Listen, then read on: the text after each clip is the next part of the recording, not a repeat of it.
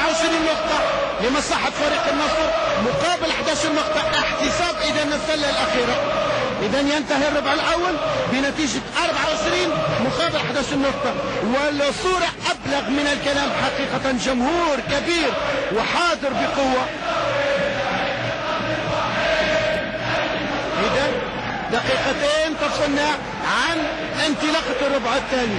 الربع الثاني لمن ستكون الكلمة.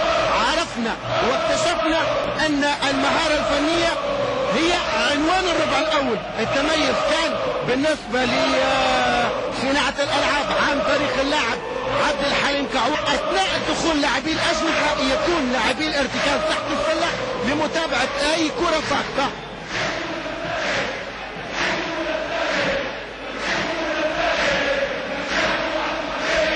يعني بسم الله ما شاء الله جمهور حاضر بقوة، وكأن مباراة في ضمن بطولة من بطولات الدولية، بطولة نتمنى أن يكون هذا الجمهور الحاضر بقوة في بطولة كأس الأمم الأفريقية 25 التي تستعد ليبيا لتنظيمها خلال شهر هانيبال القادم. من ناحية الاستفادة من 24 ثانية بالدرجة الأولى، الاستفادة من التمرير وعدم التسرع في بناء الهجمة. يعني كلام مضبوط. يعني لما يكون مدرب اللاعب سريع، فريق مش حيستفيد من 24 ثانية.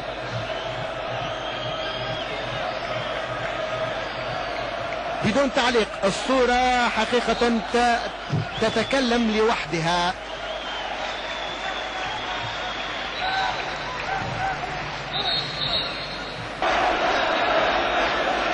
إذا بعد الجماهير الحاضرة فاكهة هذا اللقاء، فاكهة مباراة كرة السلة هنا بمجمع سليمان الدراك بمدينة بنغازي، سواء كان الجمهور الأخضر والأبيض فريق النصر أو جمهور الأبيض والأحمر لفريق الأهلي بنغازي.